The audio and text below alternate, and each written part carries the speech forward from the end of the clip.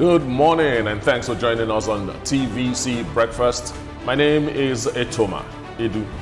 Well, good morning, Nigeria. It's always a pleasure to have you join us every morning. Today is definitely going to be exciting. There's a lot to talk about. There's a lot to chew on the table this morning. I am Ria Abdul. Thanks for joining us. Indeed, Nigeria, it is time for breakfast. You could be anywhere, but you're choosing to spend your morning here with us on the TVC Breakfast Show. You're very welcome. My name is Olamide Odefumi.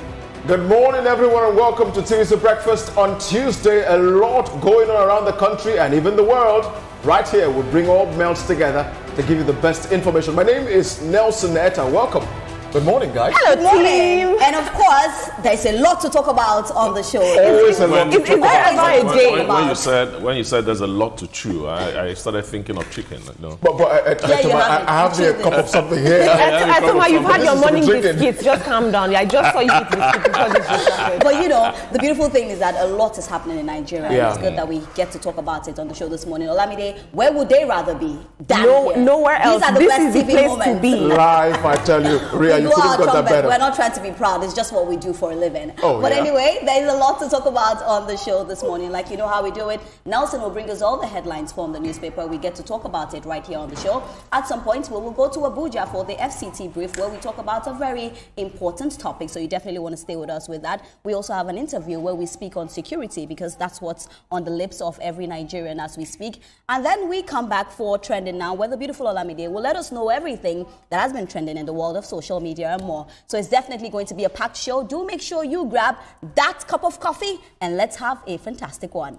Now we'll start with the story where Chairman and CEO of the Nigerians in Diaspora Commission, Abike Dabiri-Erewa, has called on Nigerians at home and abroad to unite against the classification of Nigerians as a country of particular concern by the U.S. President Donald Trump. Now referring to the statement from President Bola Tinubu and the Ministry of Foreign Affairs, Ms. Dabiri-Erewa urged Nigerians in the diaspora to remain calm and continue to defend the nation's true image. Now she reaffirmed that Nigeria is built on tolerance, diversity and democratic values, dismissing the claim of a Christian killing as false and misleading. Now the NIDCOM chairman said President Tinubu has restated Nigerians' firm commitment to religious freedom, while the Foreign Affairs Ministry has also issued a strong statement countering the allegation.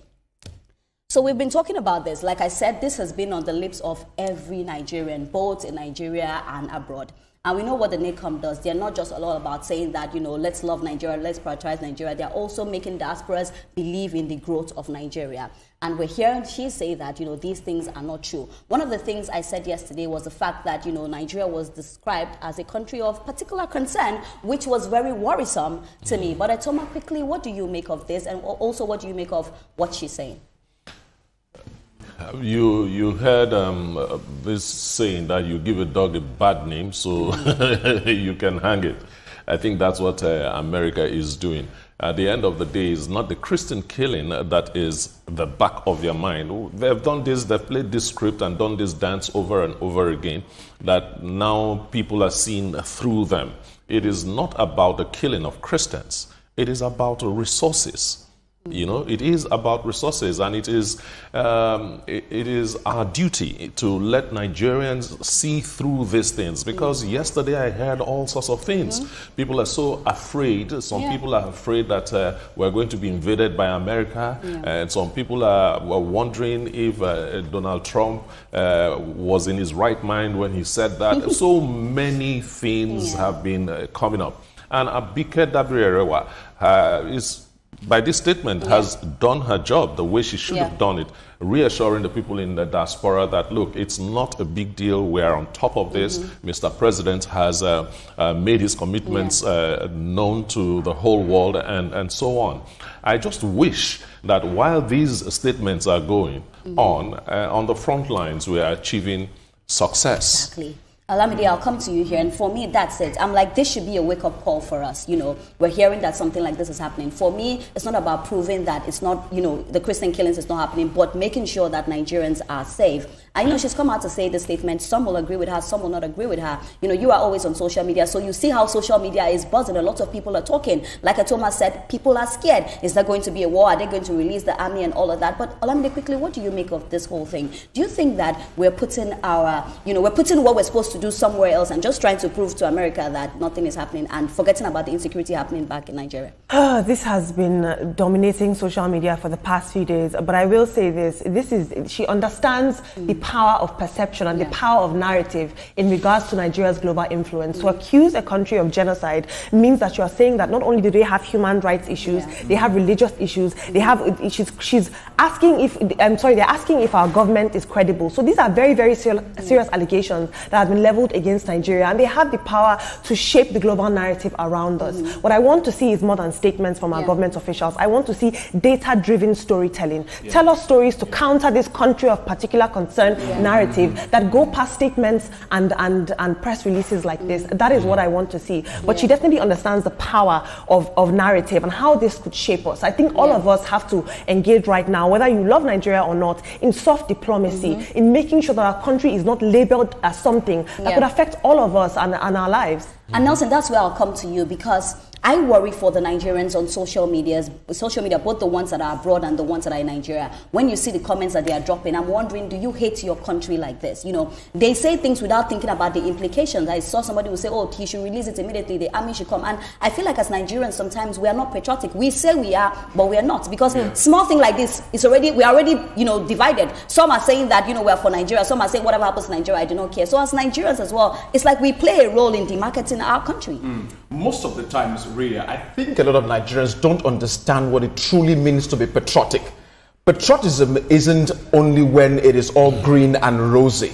Now, the first thing I want to put out there is that the United States will never invade the Federal Republic of Nigeria. This is not some chicken banana land that anybody can just walk in, do anything and walk out. It will never happen. And so all Nigerians all Nigerians who are afraid of one thing or the other, you need to be rest assured that will never, ever Nelson sounded like the president. Now, number two is that whether the United States or not, Nigeria, we must come to terms that we have an insecurity challenge.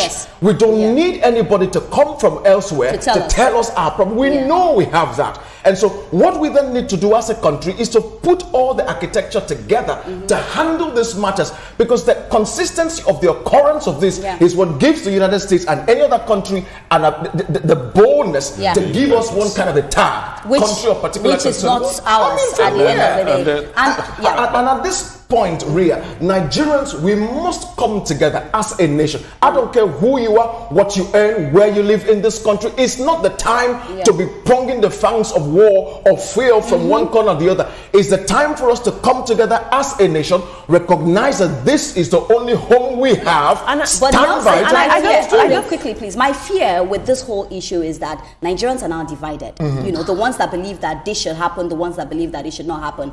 But now I worry that we are not trying to crop the security, rather we're just trying to prove that, I put the post out yesterday, and the amount of comments I got from that post, that are we trying to make sure that we fix our house right so that people cannot say this? You cannot say this about Ghana because nothing like that is happening. I just want to quickly add that a lot of people don't understand the impact that labeling a country of particular concern has. There are diplomatic consequences, there are economic consequences, there are political consequences. Let's put that in mind when we frame this issue. And for me, investors just to hold on, we're talking about the effect it will have. Well, we just had a promise from a notable country that they are going to have like $4 trillion investment by next year. You understand? And but the banking sector is like the beautiful bride now. Investors are coming from everywhere. So we are facing what we are facing right now is just the narrative. That's why it's as if you are hearing it more than every other thing. But we just want peace and tranquility at the end of the day in Nigeria.